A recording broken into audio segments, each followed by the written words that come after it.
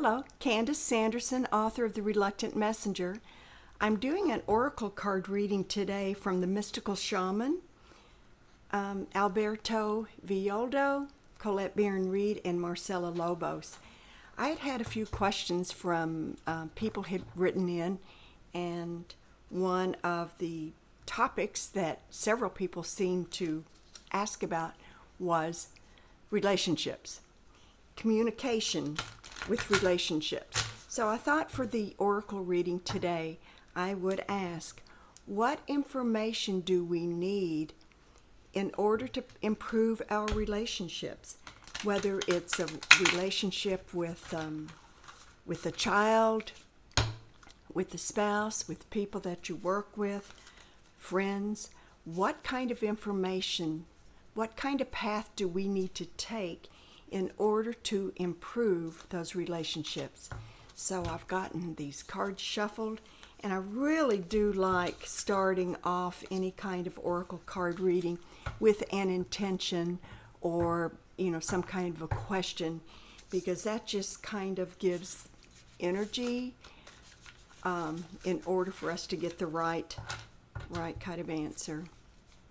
It's interesting, when I use these cards, I end up pulling the same cards over and over. Let's see what this one is. I haven't looked at it yet. And it is upside down. It's a new one. Good. And it's called the Holy Mountain. What a beautiful card that is. So that is number 25. Let's see how this will help us in communicating with people. Okay. The essence of the card is, Native peoples around the earth recognize mountains as places of great power where one encounters spirits, or where the gods or goddesses reside. In ancient Greece, Mount Olympus was the home of the 12 main gods and goddesses.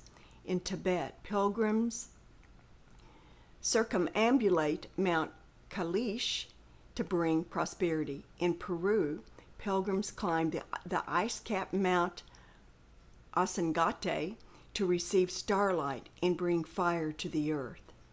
And here's the message we need to learn today.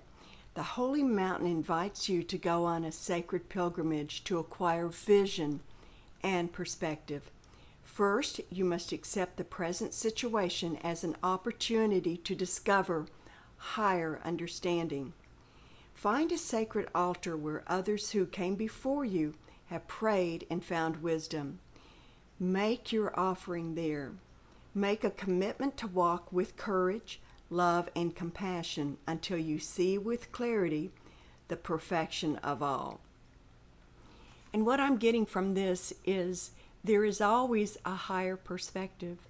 You may be engaged in a conversation with someone that might not be positive. It may cause you to be stressed, but there's always a higher perspective. If you're in a situation where the communication seems to cause you stress and worry, then that's an opportunity for growth. Quite often you may not see what the immediate consequences are.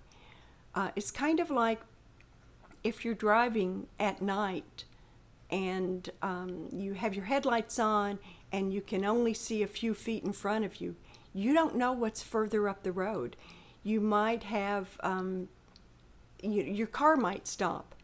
And instead of being angry that your car stopped, that your engine overheated, maybe if you'd seen from a higher perspective, maybe you would have seen that there was a problem, 2 miles up the road. And so what looks like might be something that's uncomfortable or that you're angry about because, your car stopped. Maybe you're having a conversation with someone. Maybe you're at work and they've asked you to take another job or to take on added responsibilities. Maybe your boss says you're not a good fit for them, and, she says maybe you should look elsewhere. Although those are very challenging situations, you don't have the greater perspective of knowing that if you do take on additional responsibilities, if you do choose to go to another job, that might open up a world of possibilities that you would have never seen before because you lack the higher perspective. So knowing that when you do set up an altar, when you do accept the present situation as a way to discover higher understanding, then maybe you can let go of some of the emotional attachment to these communications, because perhaps it is spirit moving in a way that you really are not able to see it. So I hope this helps. If you would like to subscribe, please do so, and I hope everyone has a great day. Thank you. Till next time.